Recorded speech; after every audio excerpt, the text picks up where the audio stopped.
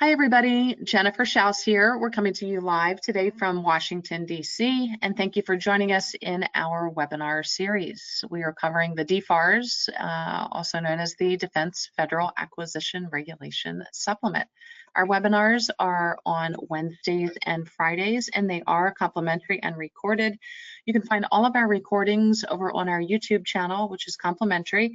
And if you subscribe to the channel, you will get alerts anytime we upload new content. If you're looking for the corresponding PowerPoints, those are posted on slideshare.net. That's also a free site. You can log in there with your LinkedIn credentials or any other email accounts, Yahoo, Gmail, etc. Again, to get access to the PowerPoints. If you're looking to where to register for the webinar series, which you obviously have done, you can find that over on our website under the section called the DFARS. When you go over to that site, on the left-hand side, you're going to find the historical recordings of the DFARS from 2021. Things obviously have changed since then. It's been 4 years, but all of the historical recordings are there. And then on the right-hand side, you've got the current schedule as well as the recordings, and things obviously are changing on that side as well. And the same thing, we've covered the FAR twice, so you can find that on our website under the section called webinars and just navigate over to the FAR. A little bit about us before we thank our sponsors and get into the presentation. We are based in downtown DC, and some of the services that we provide are listed here. You can find more about us on our website, but we do have a primary focus on contract vehicles, specifically GSA schedules and VA schedules, and some of the others, although they seem to be moving towards a consolidation through GSA, through the executive order that came out on March 20th. And you can read more about that on our website. If you do need help getting onto the GSA schedule, just drop us an email. You've got the email address there twice, actually. In the event that your company is selling to federal contractors, we've got advertising and webinar sponsorship and advertising opportunities. If you email us, we will send you our media kit, which has pricing and all of the options laid out. Here's some statistics on who we reach in our newsletter that goes out every Monday. Over 38,000 subscribers. It's a free newsletter. And again, there are advertising options there. Okay, I want to thank our in-kind webinar sponsors. We want to thank our friends over at GovEvents. That's the premier platform for posting events related to government and government contracting. You can find all of our events and our historical recordings on govevents.com. We also want to thank Fairfax County Economic Development Authority. They are the local Washington, D.C. local resource. They've got a calendar where they post events and webinars. You can find all of our webinars and our events on the Fairfax County calendar site. We also want to thank Tom Johnson and his crew over at Set Aside Alert. That is the go-to publication for finding opportunities for small businesses, women-owned, veteran-owned, and hub zone. Visit setasidealert.com for more information. The Virginia Apex Accelerator. We want to thank the Virginia Apex Accelerator. They're a trusted resource and a DLA, Defense Logistics Agency funded organization. They provide local training, counseling, and mentoring for aspiring government contractors, as well as matchmaking events. If you want to sell to state, local, or federal government, please contact your local Apex Accelerator. Please visit the links on your screen to review the training calendar, locate free resources, and to schedule an appointment with a Virginia Apex Accelerator counselor today. Now we want to thank our paid sponsors, which is what allows our webinar series to be complimentary to you. So our friends over at BidSpeed, the BidSpeed platform allows users to search public sector opportunities at the federal, state, and local level. Users can also find anything from a compliance matrix to teaming partners, incumbent point of contacts, expiring contracts, and proposal templates. Discover, manage, and secure government contracts with BidSpeed. BidSpeed is an official partner of the SBA's ETG and Power to Grow program. Contact BidSpeed today. P3, if you are thinking about contracting with the Department of Defense, you need to prepare for CMMC. This is the Cyber Security Maturity Model Certification. C3 suite of CMMC solutions include C3 Command, C3 Catalyst, and C3 Core. These solutions answer the needs of every defense contractor.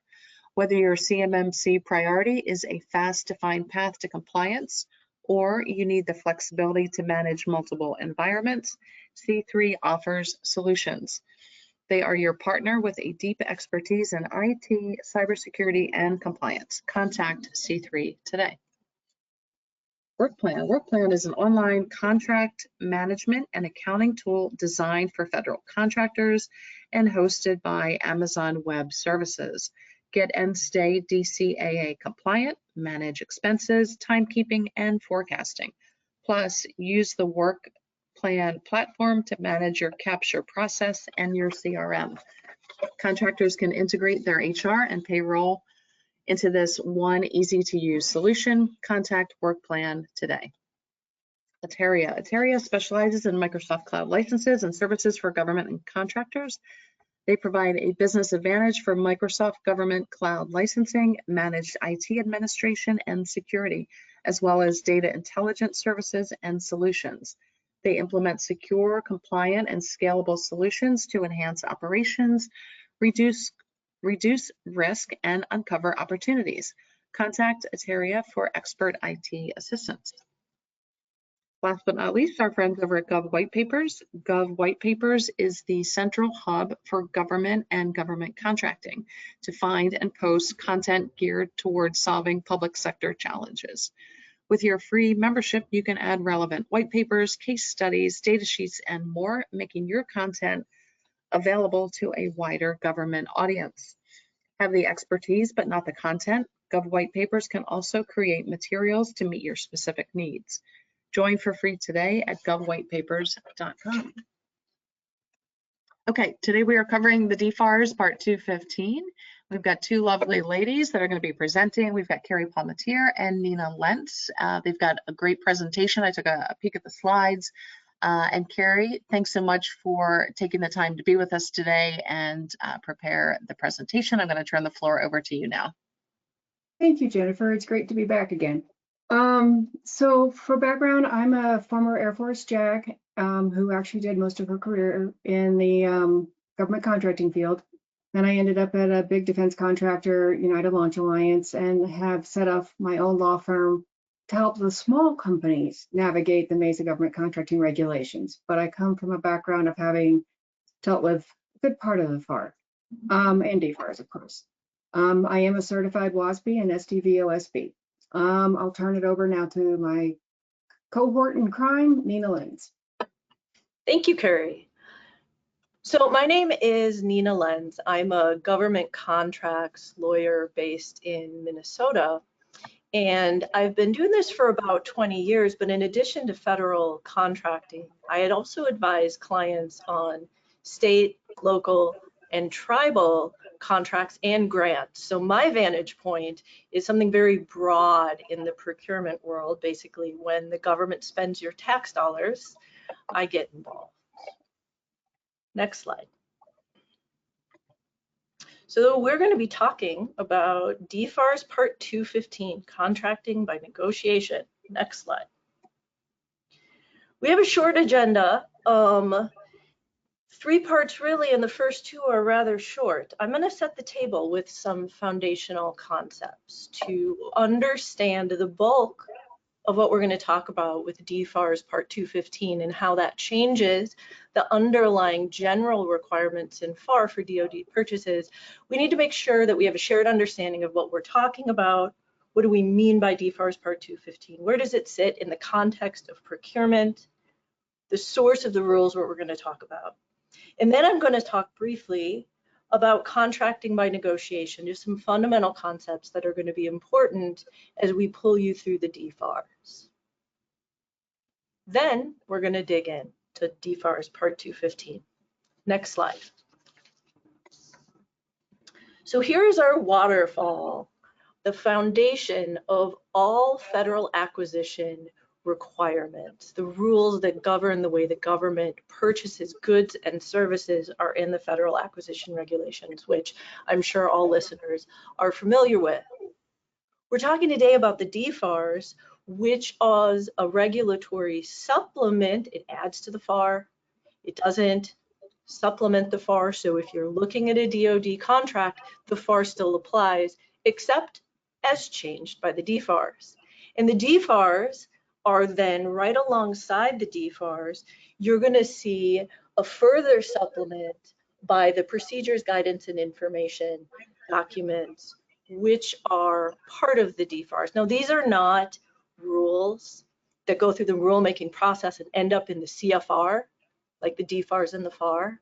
There's something that can come and go based on the policy priorities and procurement decisions within the agency. And then even within those DFARS PGI, you're going to find hyperlinks to policies and memos. And we're actually going to talk about that because that is in some parts of the DFARS relevant. And in some parts, you're not going to see a whole lot. In Part 215, the PGI is really important. I also want to mention the class deviations. This is where we have the DFARS. It's a rulemaking. It's stuck. It's sticky in the regulations, but something has changed in the way it's going to be implemented. There's not time to change it in the regulations, so you get a class deviation. These happen a lot. They're happening a lot right now. They happen with the change of administration and a change in policy. There are a lot of class deviations right now in the last few months, but none of them are relevant to the specific topic we're talking about.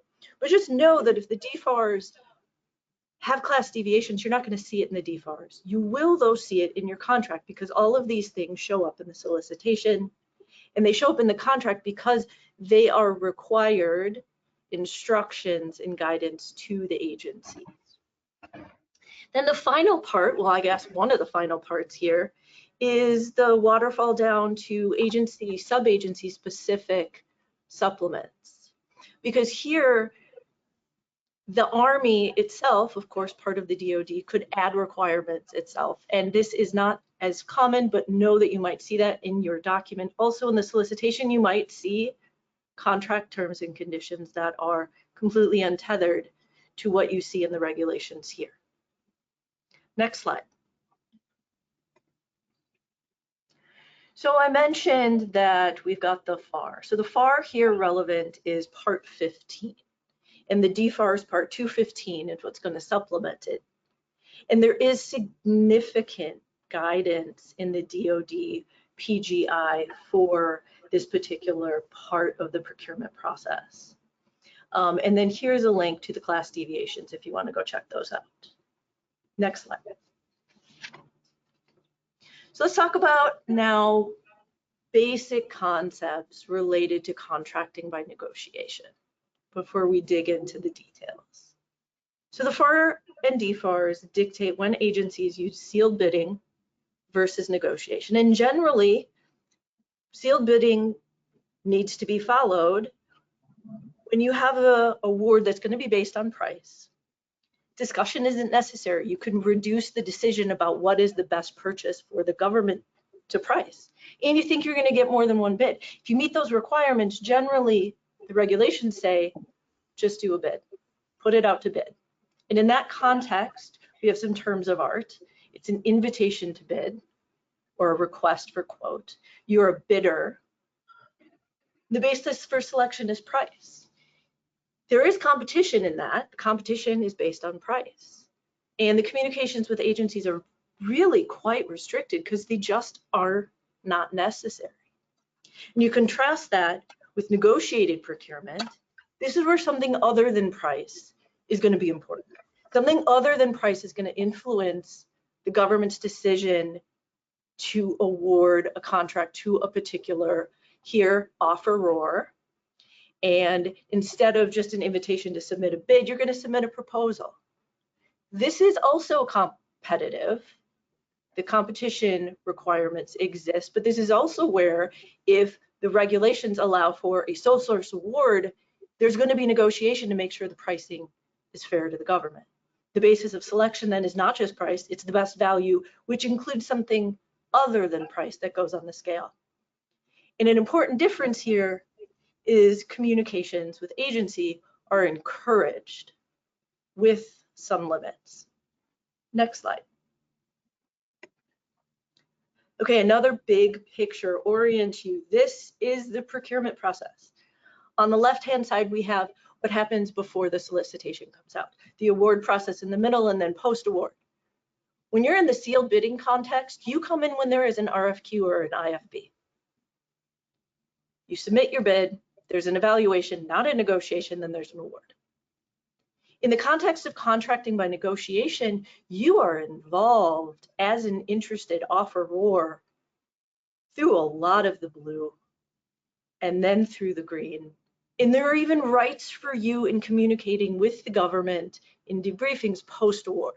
So it's just a much broader and more complex and more time-consuming process.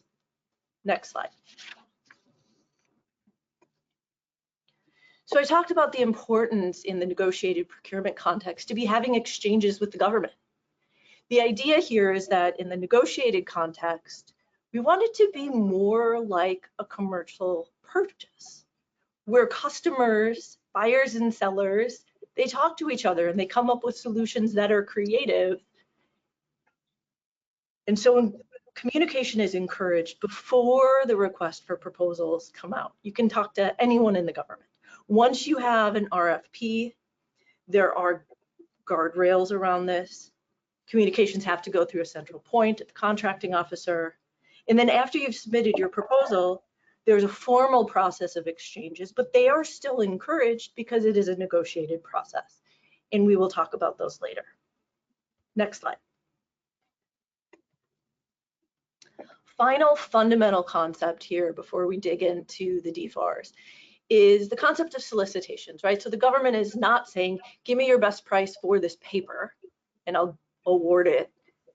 There's going to be a much more detailed description of what the government needs. The RFP, the concept around the solicitations, whether you're under the FAR or the DFARS, is that all interested parties need to have equal information. They need to understand the requirements, the terms and conditions that are going to be in the contract, what they need to provide in their offer, and how those offers are going to be evaluated. And so we're creating an even playing field for anyone who wants to come in and offer a solution to the government. Another key part of solicitations, and Kara will be talking a lot about this later, is how pricing is negotiated and how contracting officers determine that the government is getting a fair price. And that is a highly prescriptive process that can require quite a bit of rigor. So with that, we have a foundation of what are we talking about in the DFARS, where are we sitting, where is the authority, not just FAR, not just the DFARS, not even just the PGIs, because the PGIs have hyperlinks to other things. And we'll get into that. And then we've got some very fundamental concept about what we're talking about with the negotiated procurement. So I'm going to send it back to Carrie now, who's going to talk about the first couple parts of DFARS 215. Next slide. Thank you, Nina. So this is the organization of the DFARS Part 15. And as you can see, it's pretty logical. You start with the source selection, like Nina just walked us through. You go through the solicitation, the evaluation process, including the pricing, pre-award, post-award, and then something we call unsolicited proposals. So it's a logical organization. Our focus today is going to be on parts 3 and 4, the source selection and contract pricing, because those are the longest sections. And as a note, this is, like the FAR Part 15, the DFARS Part 15 is extremely long and can be very detailed. So in a 1-hour time frame, we're not going to be getting through every single piece of it. For reference, this is in addition to the FAR, as Nina's also mentioned. So I recommend that you listen to the FAR Part 15 session from last year if you haven't already. But we're going to have some fun this morning. Next slide. Okay, so the source selection process, it's a spectrum. It's not one or the other. An IFB, as we mentioned, is a technical. Once you go through all technical, you've met all the checks and the balances. When they open your bid, it's lowest price. On here, on the best value continuum, we have multiple other factors. The one that's the LPTA is sort of kind of like an IFB, except for there's a little bit more technical evaluation. So in other words, you have to prove in your proposal that you have the technical capability to meet the contract requirements. Assuming you meet all the technical requirements, price will be the ultimate factor. So it's a step past an IFB.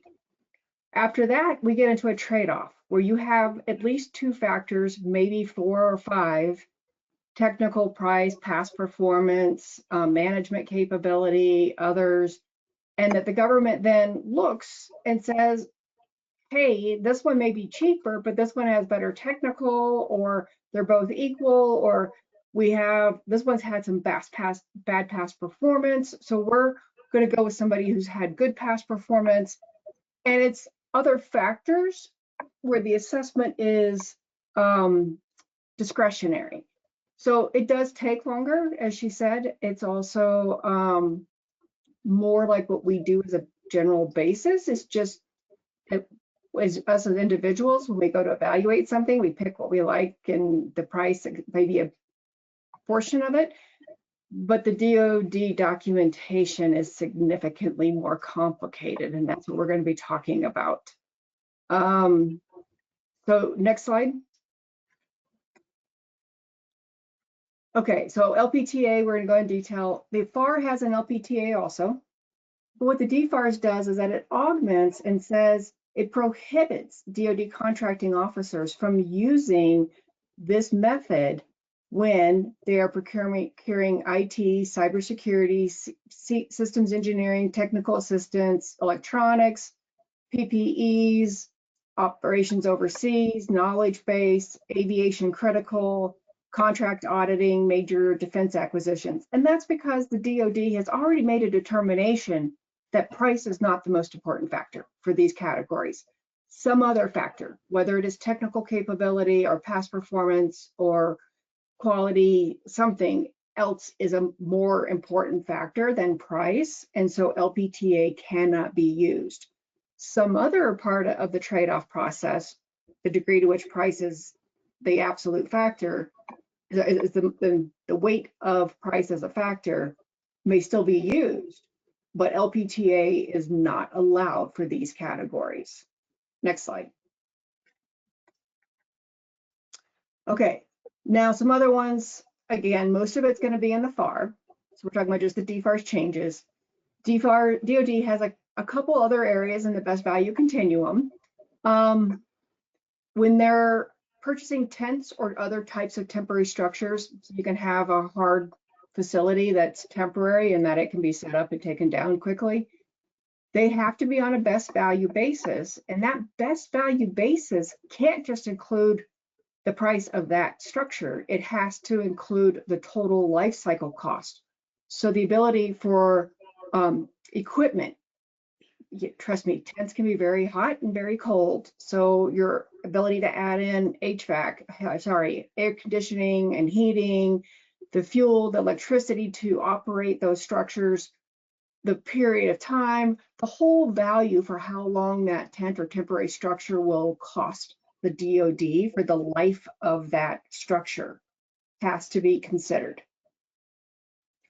Second, overseas contingency operations. This was actually just issued in September of last year. For any contract that exceeds the simplified acquisition threshold, the contracting officer can consider a trade-off process. And I will emphasize here, pay close attention to the cans, coulds, shoulds, shalls, because they do matter in how the government will implement the DFARS requirements. And if it's over the simplified acquisition threshold, they can consider a trade-off process and consider other than low price or other than highest technically rated. So in other words, it gives them a lot of discretion in that trade-off process and which factors and the weight of the factors. And Nina will talk about this when she comes up next, but the weight meaning is, sometimes they'll use percentages. Most of the time they just rank them and say these are the ones that are rated more heavily than others. Is price may be one of the factors, but even if price and technical may not be equally weighted. So they have that discretion with overseas fuel purchases. And they should include past performance of that provider, cost, and again, we're talking about overseas contingency operations, the degree of anti-corruption training and anti-corruption compliance of those companies overseas. Next slide. Okay, so FAR 15.2 talks about the solicitation process and how when they issue a solicitation, what has to be in it, how they evaluate proposal, or the timing of proposals, etc. We're going to defer to the FAR for those. The DoD adds another unique requirement, and this is one where, as Nina and I mentioned in our intros, we both have a slight bias for the small businesses because that's what I focus on, and she helps the tribals and other small businesses.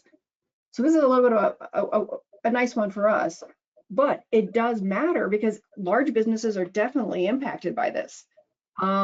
If the government is setting up a tiered evaluation, so in other words, we're going to evaluate, these kinds of contracts first and then these others, or we're going to have down selects, they have to make sure that first they assess the market research and compliance with FAR Part 19, which is your small business regulations, and determine if the criteria is met for a set aside to include what we call the rule of two. So 2 or more small businesses that are capable, whether it has to be set aside for 8As or any other small business criteria. Is there enough small businesses to justify limiting the competition? Are we talking 2, 3, 10, none, or 1 but no past performance? Something along those lines. And then the contracting officer has to justify. The DFARS, at the FAR and the DFARS in general, have a lot of written justifications of every determination. If the tiered process is approved, then the contracting officer has to consider the socioeconomic type small business tiers first before large, and then within the small businesses, they have to consider the socioeconomic category, as we've listed there, the 8A, Hub Zone, SDVOSB, and actually also women-owned small businesses. SDVOSB is the service disabled veteran-owned small businesses. So essentially, it ends up in a situation that if a tiered evaluation makes sense based upon the market research, then the tiered evaluation has to take into account the small business capability, placing a priority on the socioeconomic, then other small businesses, and then large businesses. Next slide. Nina, over to you. All right. So moving into the third part of DFARS 215, these are the source selection procedures. And this is one of the areas where FAR Part 215 is really supplemented, and there's just something very different.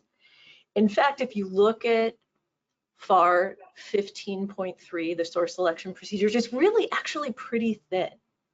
And it basically says, hey, contracting officers, our goal is best value to the government. And you have a lot of flexibility to figure out what that means. Just show your work.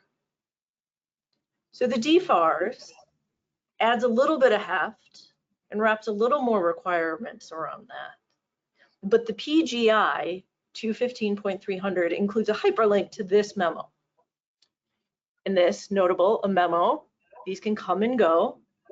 They tend to be pretty sticky. The last one was put in place in 2016, and then this one is 2022. And it wasn't changed significantly from the 2016 version. But this memo is actually 81 pages. So we have a thin 15.3. We have a relatively thin DFARS 215.3. The PGI loops you to an 81-page memo. So there's just a reminder of following the hyperlinks and following that waterfall of regulations. Now, the audience for this memo is procurement officers. It's agencies that are doing the purchasing. It's a useful resource to understand how they're going to make decisions in picking the source to whom they give an award, but it's really for the agencies that are doing the buying. So what does this document do? It says this guidance is going to be applicable to all acquisitions that are conducted as part of a major system acquisition program, or that are over an estimated value of 10 million and fall into the requirements for competitive negotiation, which are outlined in FAR Part 15. Next slide. This document doesn't apply to acquisitions that are less than $10 million. They're the DFARS and the PGI just route you back to the standard FAR and DFARS. So you're not going to be anchored in this document.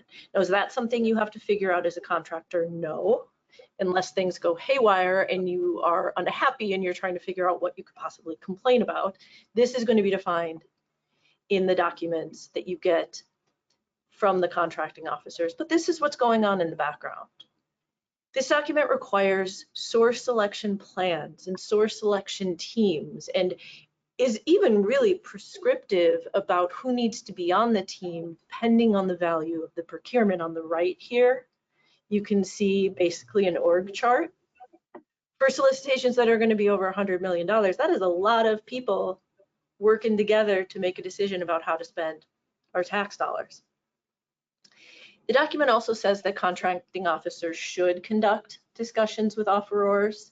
So there is an opportunity for competitive procurements to be awarded without discussions if they say they're going to do that. And there is some discretion around that. But when you get in a higher value purchase, and this isn't a must, but this is a, hey, if you're going to spend more than $100 million of our money, how about you have discussions, see if you can bring that price down. Next slide. A couple more things about what this document does. It also encourages the DoD to use some of the procedures for other transaction awards. Now, I negotiate a lot of OTs, and I have never seen any of these procedures be applied in an OT context, but I found it interesting to note that it's encouraged, or they could consider. I don't even know what that means. So what contracting negotiation is not applicable to sealed bidding, which we talked about, these procedures that we're going to start talking about.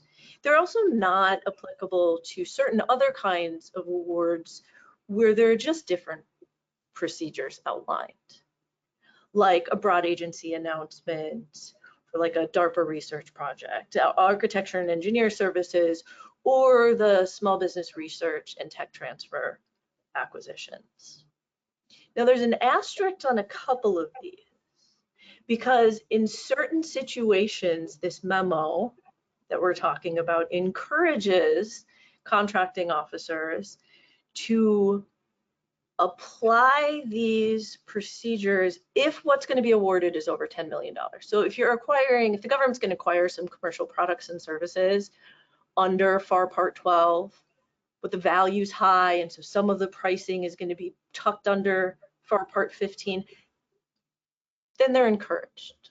The DoD is encouraged to use this. Similar if you've got a multiple award contract and you're ordering specific task orders or delivery orders that are over 10 million, encouraged, not required. Next slide. Okay, so let's go back in concept to that best value continuum that Carrie talked about.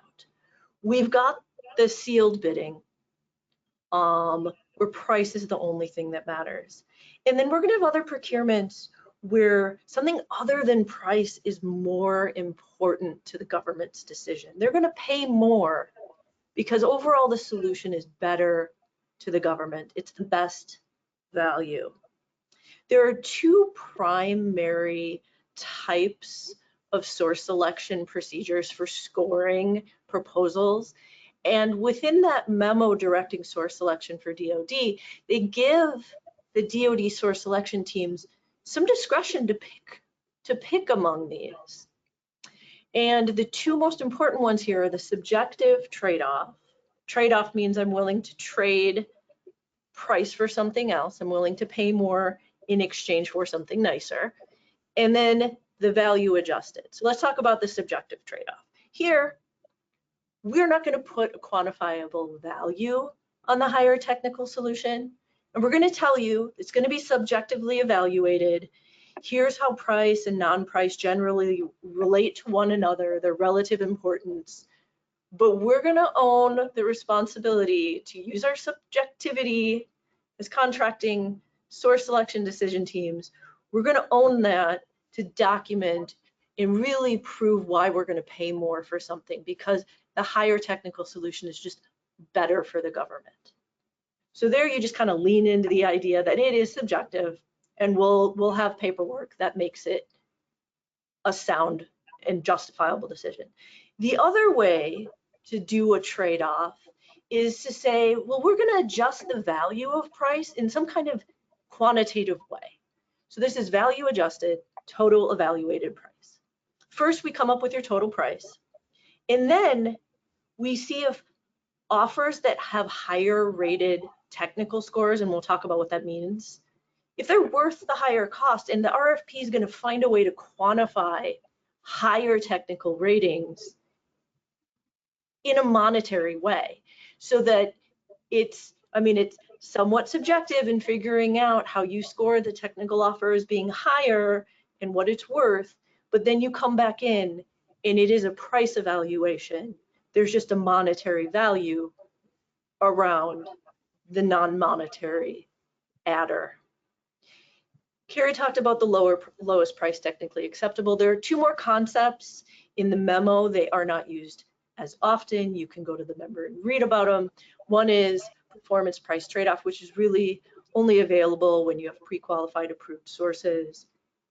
And the other is the highest technically related offeror with a fair and reasonable price. And that only happens in the multiple award context, where you have some ceiling rights and the prices are subject to additional negotiation or competition prior to the awards.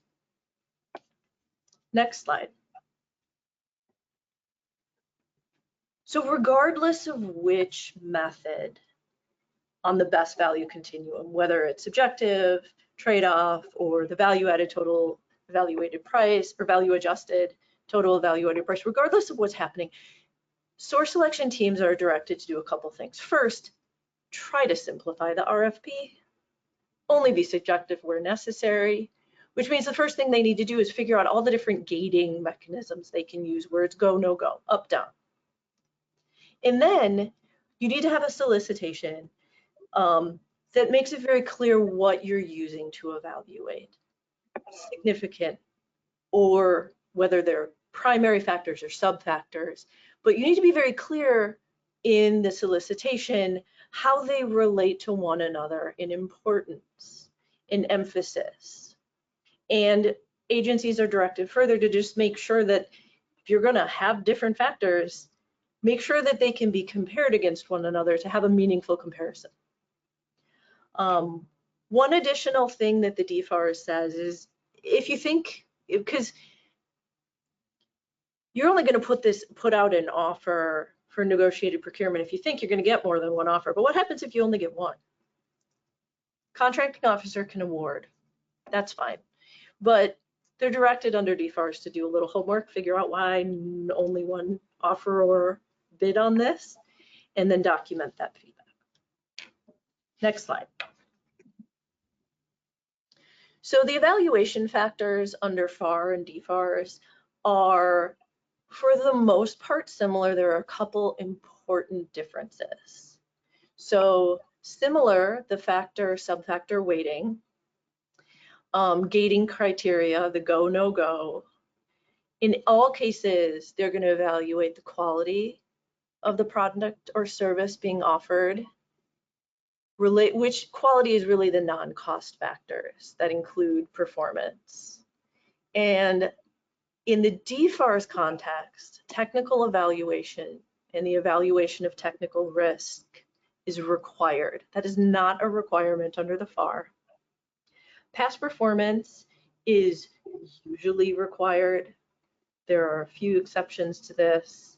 And that's where you look at, was your past performance that you included in your proposal to demonstrate how you're going to be able to do this. Is it relevant?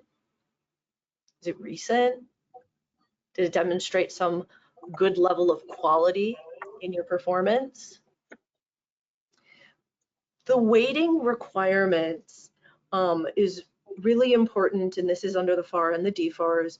If you're going to consider something other than price, you need to explain to offerors, or the government needs to explain, how does it compare? Are the non-price factors generally equal to the price, or is price substantially more important or substantially less important? It's important that all of the solicitations say that. On the first bullet here where I say not numerical, the quantitative and qualitative, the DFARS memo says you can't use a numerical or percentage weighting. In the solicitation, you can't be really specific and say this is worth that percent and the other percent. You have to have a relative weighting, but the relative importance of the weighting, but you can't put a number on it. But then it's qualified to say, well, obviously you need to put a number when you're doing the value adjusted total evaluated price, right? Because there you are monetizing something. So that's an exception to it, but still you're not going to see, or shouldn't see under this guidance, solicitations that have precise measurements for the price versus other factors. So I mentioned technical evaluation risk. That's something that's different in the DFARS. The way small business participation is evaluated is another thing that's different. Next slide. So let's take a minute to talk about technical. Here in the DFARS world, technical is anything that's not price other than past performance. So it's your technical approach, the risk, the management approach, the facilities you're going to use, the qualifications of your personnel. It's all the non-past performance, non-price.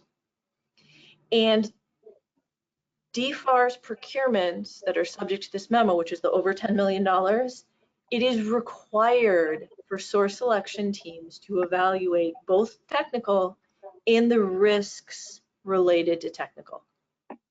And technical risks would be what you're proposing to do. What's the likelihood the schedule is going to get disrupted, or we're going to have increased costs? What about performance degradation or government oversight needs? How likely is it that you're just not going to do it well? You are not going to succeed. DFARS, the memo requires a color-coded risk analysis. I'm going to show you these in a minute, but there are two options.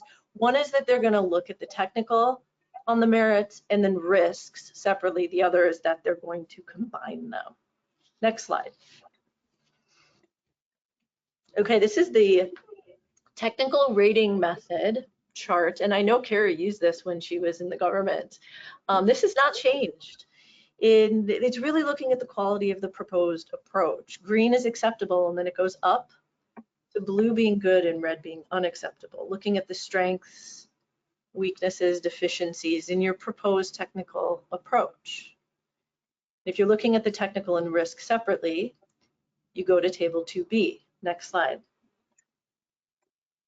And this is the technical risk rating method, where you say, what is the risk? What is the deficiency, weakness, strengths?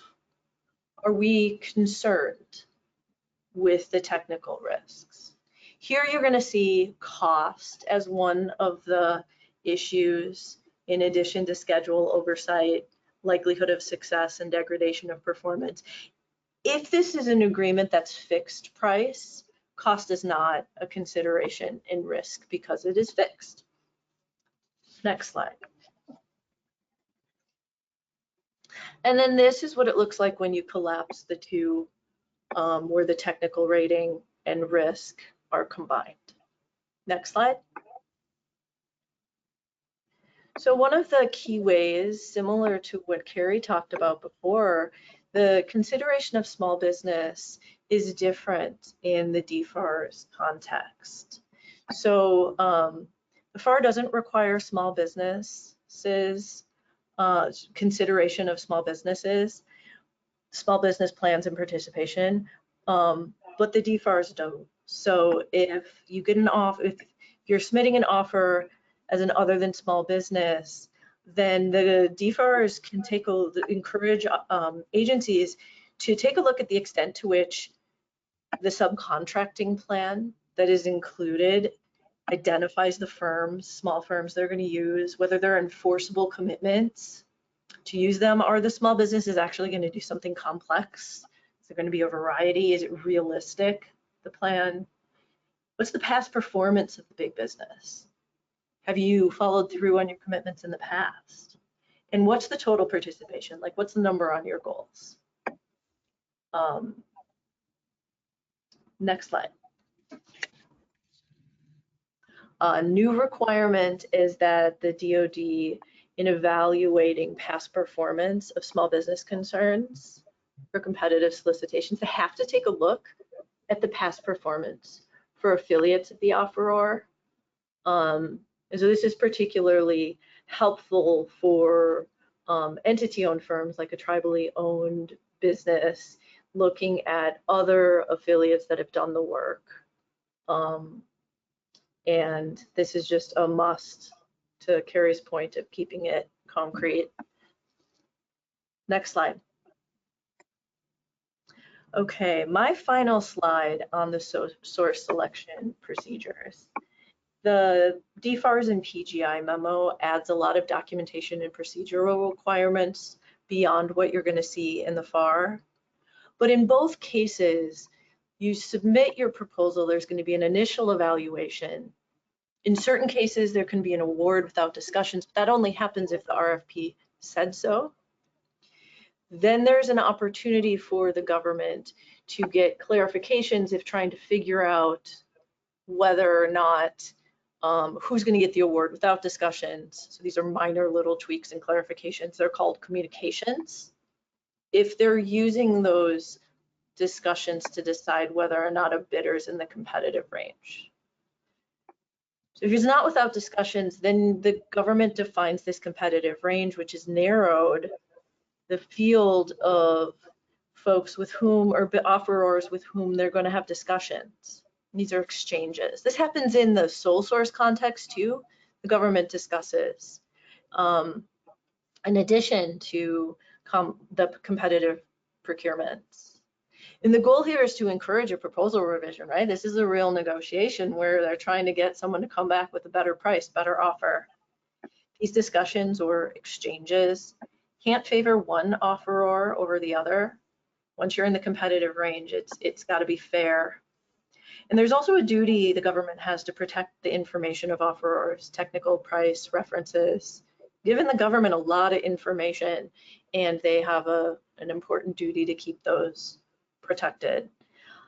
Then everybody submits their final proposal revision.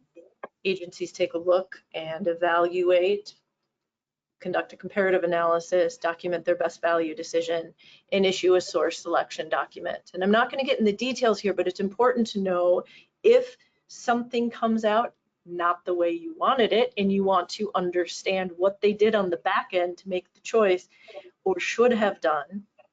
The memo that we talked about before has a lot of detail in here about how those are done. On to Carrie. Thank you, Nina. So now we're going to move to the next half, which is the contract pricing evaluation.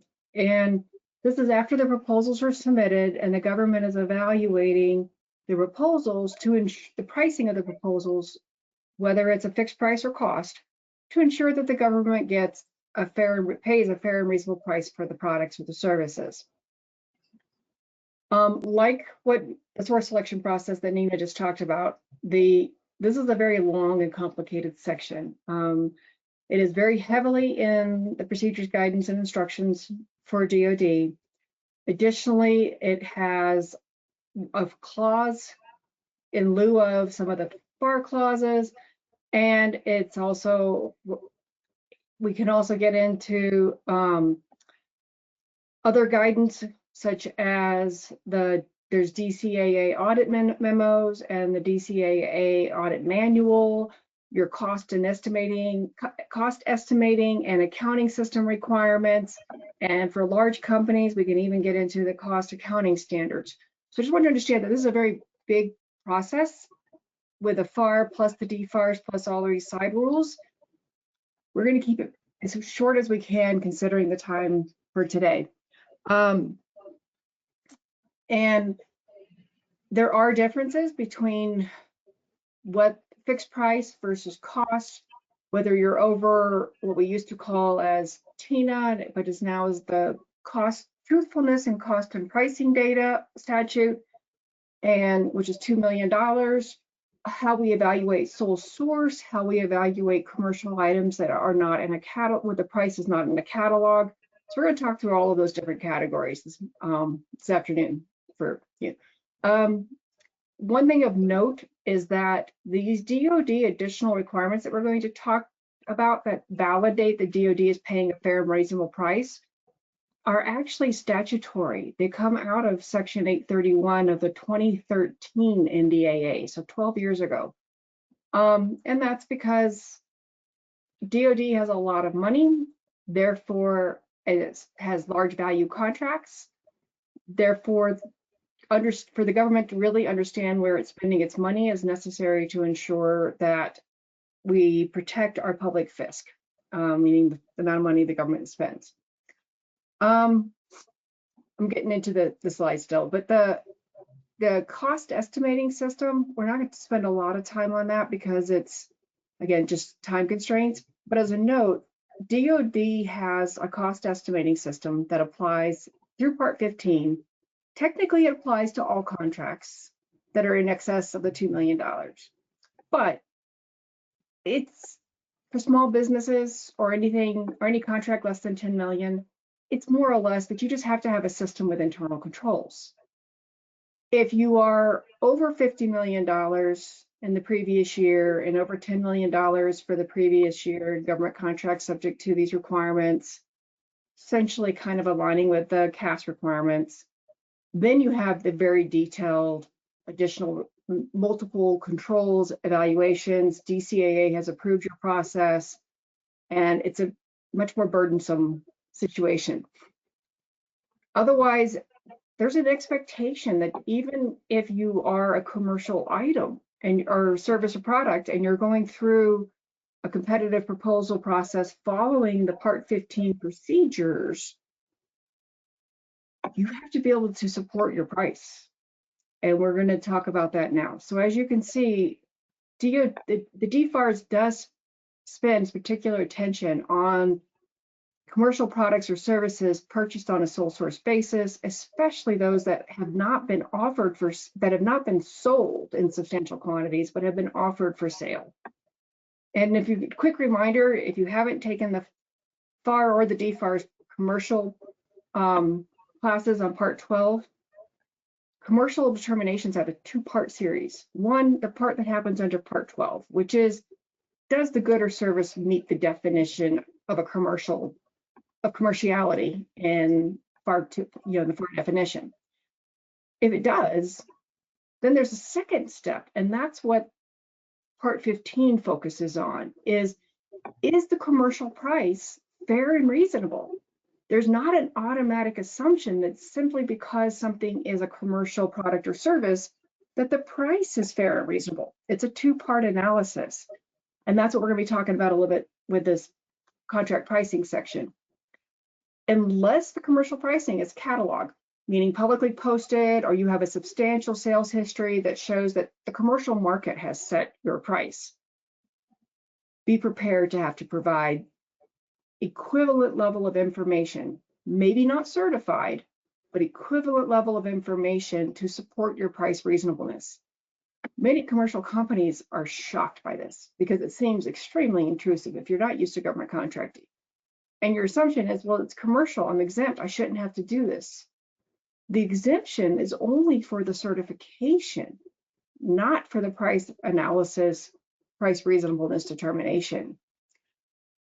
We're also, so that's what this is set up for, is that they will still ask you for what we call as information other than certified. And you'll hear that in the FAR presentation also. And if that information, the price reasonableness, your sales data, your information you provide is not adequate for the contracting officer to make a determination, and no, there is not a definition of adequacy or reasonableness, they can ask for whatever data they need to get to that determination. I can say you that they cannot rely solely. They can use historical prices paid by the government, but they cannot have that as their sole definition, as their sole basis for determining price reasonableness.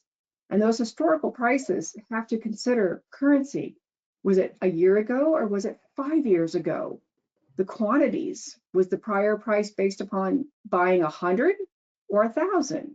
Which one is more like the current contract? And which terms and conditions were being used? So, because price is not just the product, it's also the risk and other factors in terms and conditions.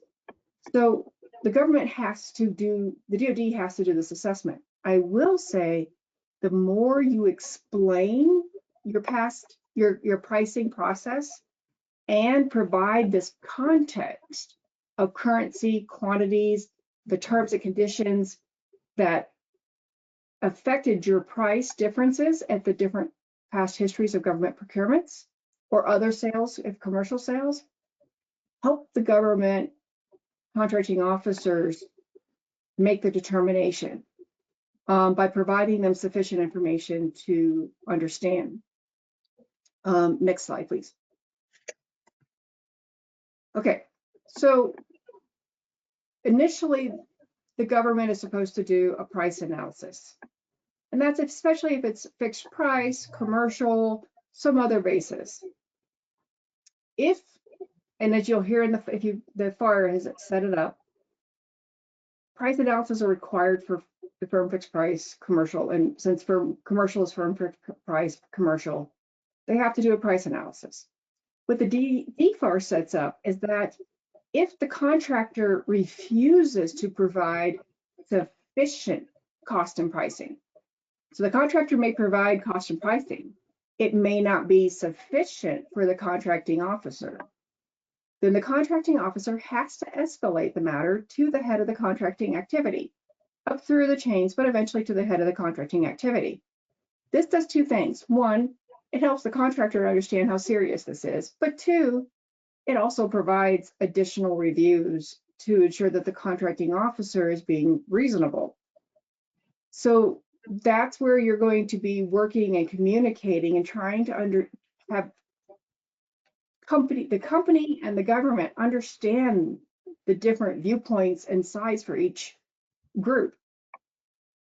If the government decides that they will rely on what they think is insufficient cost and pricing, the contracting officer, head of the contracting activity, will have to document why the data was needed,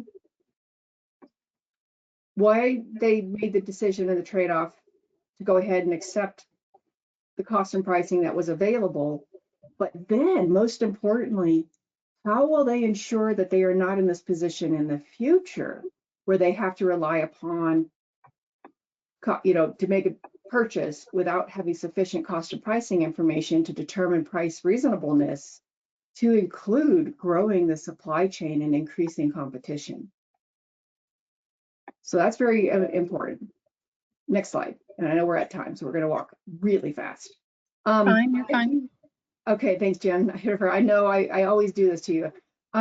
If there's insufficient data needed and the government decides to go ahead and pursue, then they'll go look at a cost analysis.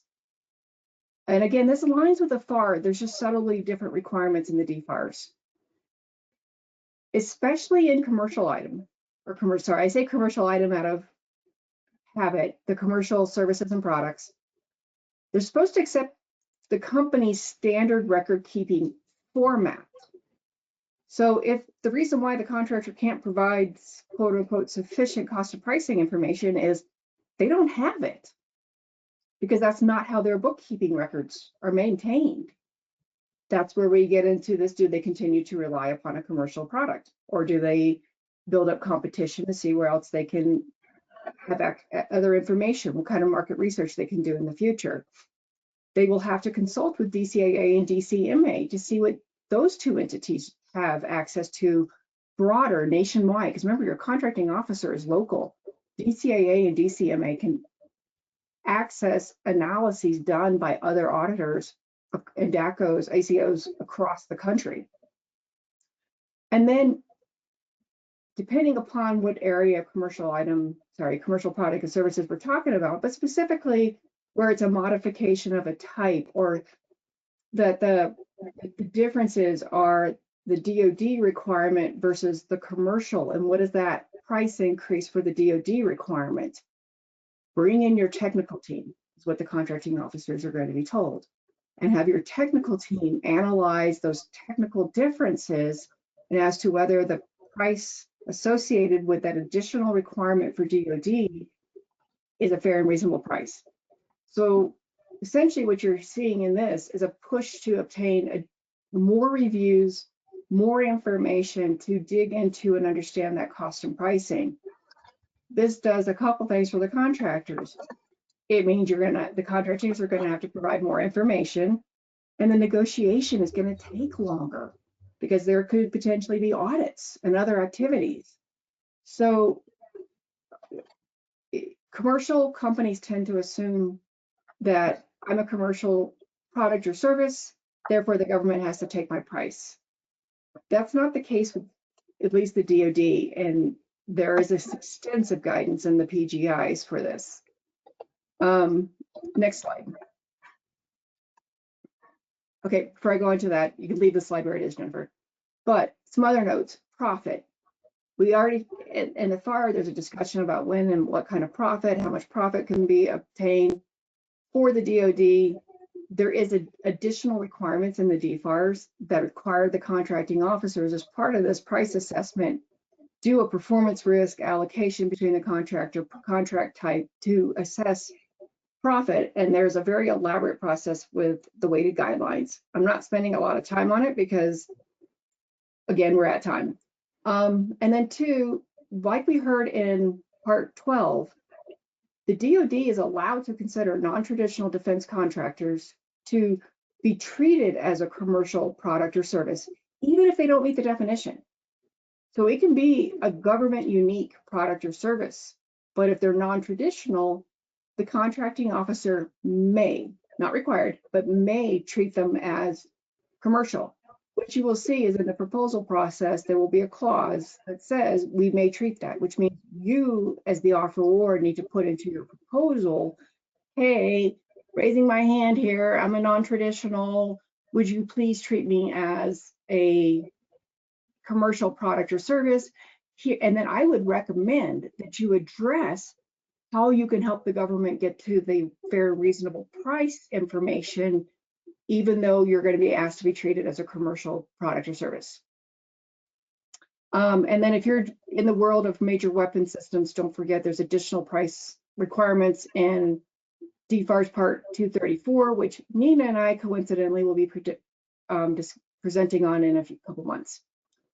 Okay, subcontractor.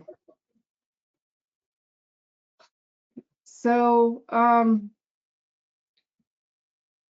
primes, everything we've talked about, primes have to do the same assessments with their subcontractors, both under the FAR and under the DFARS.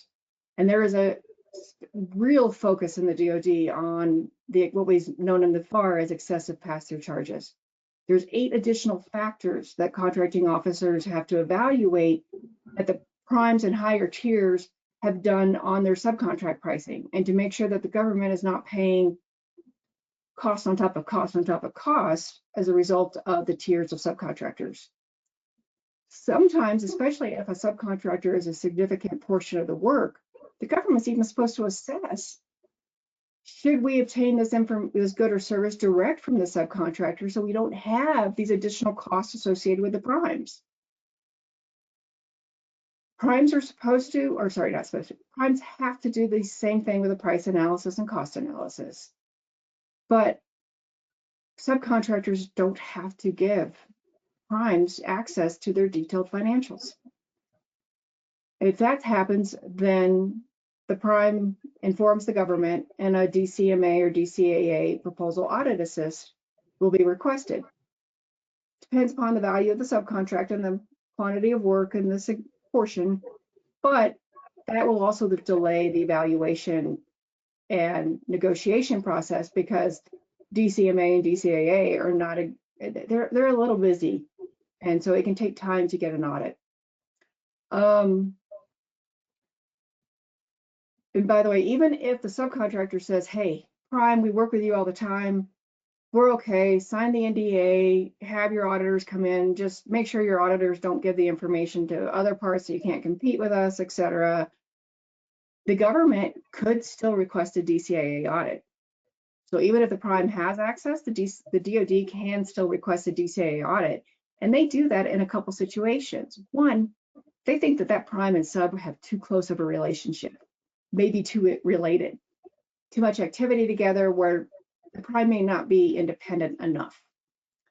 Two, again, significant percentage of the cost. So if that subcontractor is 60, 40, 50, some significant percentage, no exact numbers are in the DFARS, of the total cost, they're going to want to validate that those costs are fair and reasonable by themselves.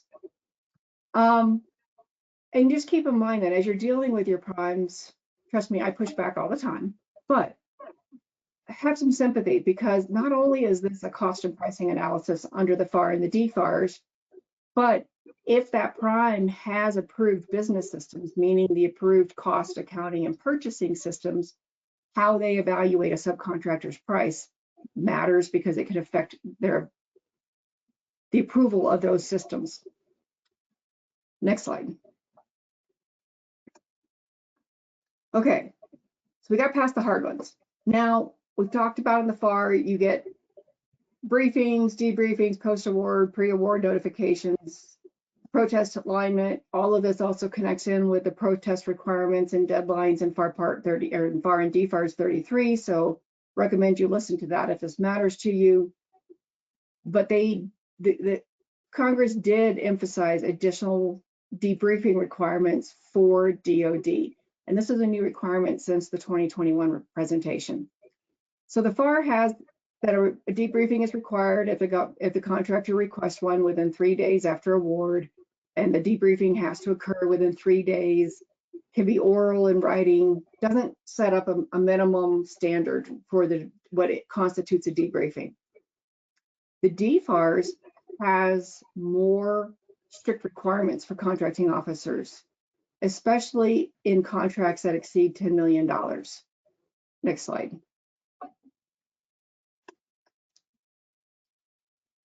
If the contract is between $10 and $100 million and the awardee and the contract was awarded to a small business or non-traditional defense contractor, then the small business non-traditional defense contractor can actually request it'll be redacted, but a copy of the actual source selection decision document. And that is key because that is where you see the actual trade-off analysis in the best value continuum and what strengths and findings were in your proposal and what were in the awardees and more detail. So one that can help you understand better why you may have lost the competition, and it may help your lawyers, in which neither Nina and I do bid protest, help the lawyers find a basis to protest the award. The redactions will be to redact any source selection information, trade secrets, proprietary information of the awardee. And then for awards over $100 million, it will apply for the large business. So the 10 to 100 million is the small business, non-traditional defense contractor area, and then the 100 million is large businesses in general. I will add a couple tips into here. Even if you're not into these categories, always request a debriefing.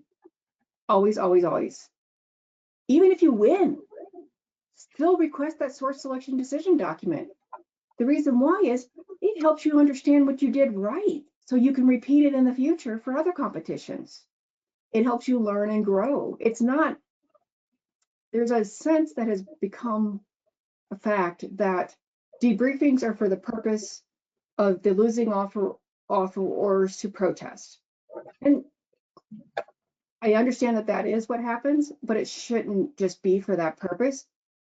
Debriefings are feedback. It should be for helping the winners and the losers understand why they won or lost so that they can learn and fulfill their customers' needs better in the future. I'm a big proponent of more communication, not less. Just a reminder though, you'll hear it if you attend the Part 33 protest session, but these deadlines for protesting are going to be triggered slightly differently because of the debriefing requirements. Actually, go to the next slide, Jennifer. They have written questions in the enhanced debriefing standpoint. So those written questions will actually delay the start of the protest deadlines. And I'm going to leave it to the Part 33 people to talk about that. But when we talk about your deadlines for when you can file a protest and obtain a stay of award, or when you can file a protest period, the start of those will be different because of the DFARS requirements. And the contracting officer can't consider that the post-award debriefing process is complete until all of the questions have been answered. Next slide. Okay, Nina, bring us home. All right, now we're to the easiest part, point 6. This is unsolicited proposals, which will let you listen to FAR Part 15 to understand what that means, but the DFARS allows offerors to submit unsolicited proposals for commercial solutions openings as well. You can learn about that in DFARS 212.7000. Next slide. Okay, so as a wrap up, the FAR still applies. We come in with additional layers here. Really pay attention to the PGI. Know it can come and go, and in it you'll find hyperlinks to yet more requirements. There are unique restrictions and requirements laying on above for particularly small businesses and how that's evaluated. And then the evaluation factors and debriefing requirements and pricing considerations are also going to be different here. And with that, I'll wrap it up. Thank you very much for your time and attention here. Great, thanks ladies. And thanks everyone who has attended today's presentation. This was excellent content and you guys made a lot of great points. Carrie, any last words? No, but just feel free to, I guess only feel free to reach out to me. I'm accessible. You got the email there. I'm also on LinkedIn, and looking forward to future presentations with you, Jennifer. Great, thank you. And Nina, any last words before we close out? Thank you for the opportunity to help explain this stuff. And I also have an open door and I'm easy to find as well. Thank you. Great. So again, to all of our attendees, please feel free to direct any questions on today's presentation to Carrie and Nina. They're happy to help you. If you are watching the recording of this webinar, give us a like, leave a comment. We would love to hear from you. Subscribe to our channel. It doesn't cost you anything. You'll be updated more efficiently when we do have information that gets posted to the YouTube channel. So thanks everybody, and we'll see you next week for part 16 and 17, if I got my numbers right here. Thanks again to Carrie and Nina. It was great to have you with us.